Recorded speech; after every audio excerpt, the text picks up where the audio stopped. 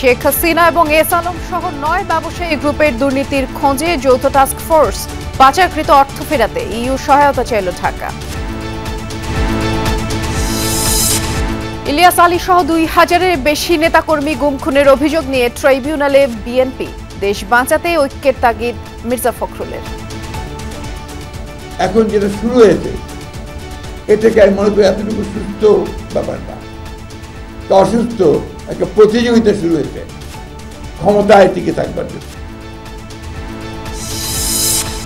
১৫ জানুয়ারি হচ্ছে না জুলাই ঘোষণাপত্র, সব পক্ষের সাথে আলোচনা করে আগামী সপ্তাহে জানানো হবে তারিখ।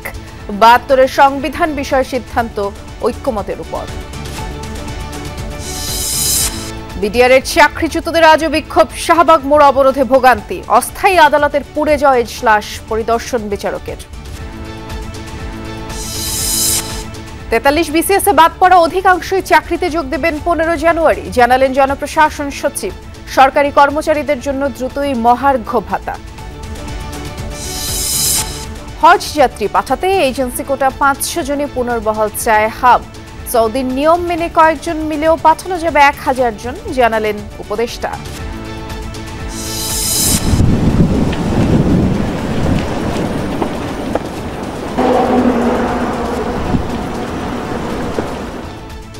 ইতিহাসের ভয়াবহতম দাবানলে পুড়ছে ক্যালিফোর্নিয়া। সরিয়ে নেওয়া হয়েছে প্রায় ১.৫ লাখ বাসিন্দাকে, পুড়ে ছাই হাজারের বেশি বাড়িঘর, স্থাপনা।